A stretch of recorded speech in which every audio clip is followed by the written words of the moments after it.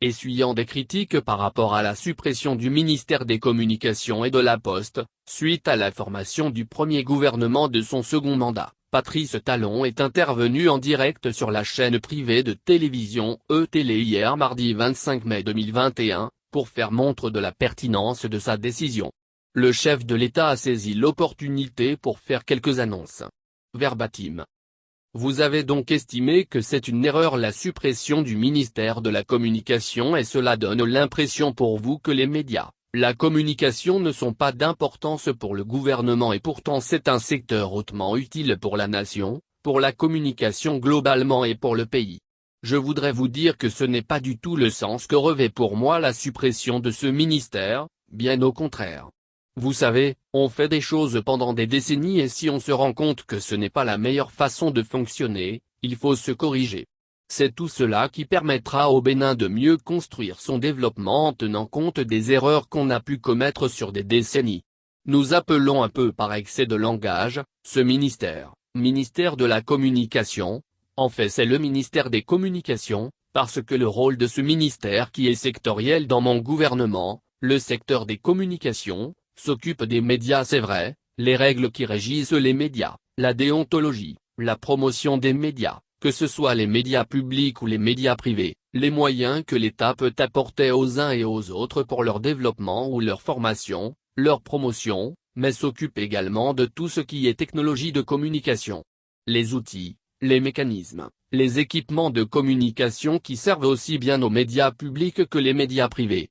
Donc en principe, ce ministère qui a ces prérogatives-là, travaille pour l'ensemble des médias publics et privés, y compris les outils qu'utilisent ces médias pour leur mission. Et si c'est le cas, est-ce que vous ne pensez pas que ce n'est pas normal qu'un tel ministère joue également le rôle de porte-parole du gouvernement? Théoriquement c'est incompatible parce que monsieur le ministre de la Communication qui devait être neutre, qui a vocation à accompagner les médias privés et publics, les organiser et veiller au respect des règles, des lois, de la déontologie, d'investir pour les uns et les autres, d'investir pour les équipements, pour toutes les technologies nécessaires à la diffusion de l'informatique, si ce même monsieur est en même temps chargé de la communication gouvernementale, c'est-à-dire porte-parole du gouvernement, donc chargé de la propagande du gouvernement, ce serait porter deux casquettes à la même personne, alors que les deux casquettes ne sont pas toujours compatibles. C'est pour ça qu'en principe on ne devrait jamais donner à un ministre chargé des communications, le rôle de porte-parole du gouvernement, le rôle de celui qui assure la propagande du gouvernement. Il était temps de corriger cela, mais toute chose se fait dans le timing convenablement. Pendant ce deuxième mandat où nous avons décidé d'aller encore plus loin, d'améliorer nos performances, d'améliorer nos pratiques, de corriger nos erreurs, de donner enfin à notre pays, l'allure de grande nation, de grands pays, comme les nations développées.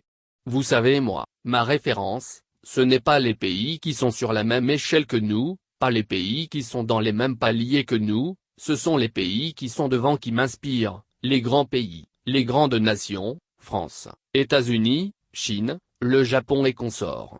Il faut comprendre aussi que dans ces pays, on ne fait plus ce genre d'erreur. Donc avoir quelqu'un en charge de la communication gouvernementale, la communication de la présidence, porte-parole du gouvernement, chargé de la propagande, point. Vous le voyez bien, à quoi sert un porte-parole du gouvernement? Il fait la propagande, donc que cette fonction de propagande du gouvernement ne se mélange pas avec les fonctions régaliennes qui devraient être neutres. C'est ça le paradoxe ou bien la complexité de l'action gouvernementale. Il faut travailler pour l'ensemble des concitoyens, il faut travailler pour tout le monde, travailler pour soi-même, c'est-à-dire son régime, alors que le pays appartient aussi bien au régime en place, à l'opposition, aux contradicteurs, et il faut se garder à laisser certaines fonctions s'exercer conformément à cette complexité de la vie politique et c'est bien pour ça que j'ai trouvé qu'il était temps, que l'on confie la mission de porte-parole du gouvernement à quelqu'un qui n'a pas en charge, la fonction régalienne de chargé des communications, chargé des médias, chargé des structures de communication. Mais on aurait pu garder donc ce ministère, et lui enlever la mission de porte-parole du gouvernement, donc avoir le ministère des Communications et avoir le porte-parole du gouvernement à part. C'est pourquoi on a donné la communication gouvernementale à quelqu'un et puis, on a supprimé le ministère des Communications. c'est pour une raison d'efficacité, de charge de travail. Je vais vous faire comprendre et vous allez le découvrir les jours à venir, que la Poste qui a toujours été pris en compte par le ministère des Communications, aujourd'hui, le rôle postal même de la Poste devient désuet, de plus en plus, point. Toutes les postes aujourd'hui développent l'activité bancaire.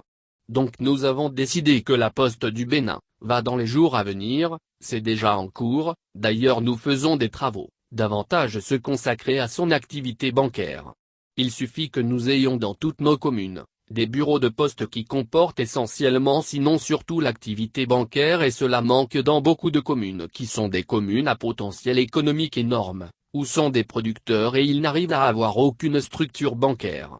Il est inutile d'amener les banques à se développer partout, or la Poste est un instrument dans les mains de l'État, qui peut aller au plus près de nos populations, plus vite, plus efficacement que les grosses banques.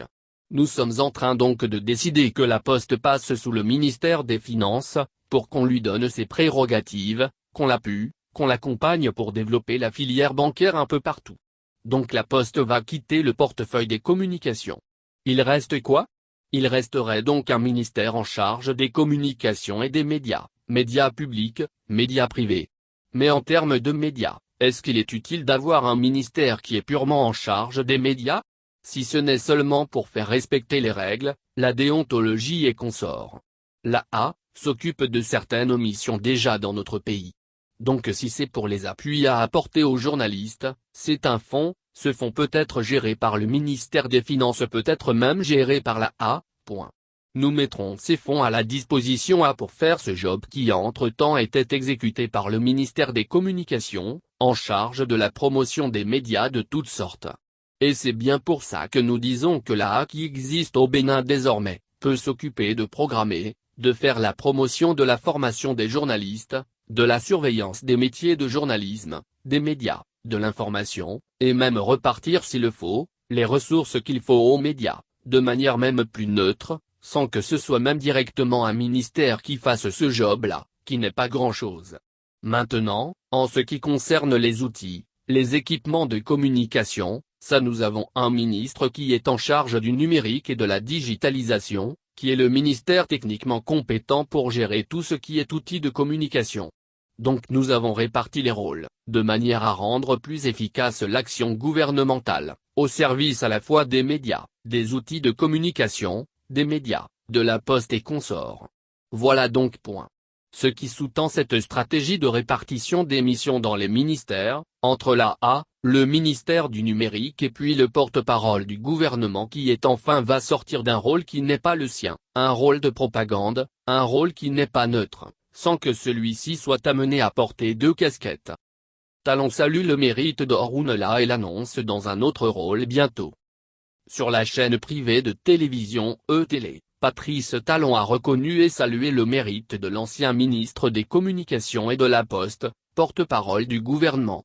Le ministre Orounela a été un ministre extraordinaire et très brillant, a déclaré le chef de l'État.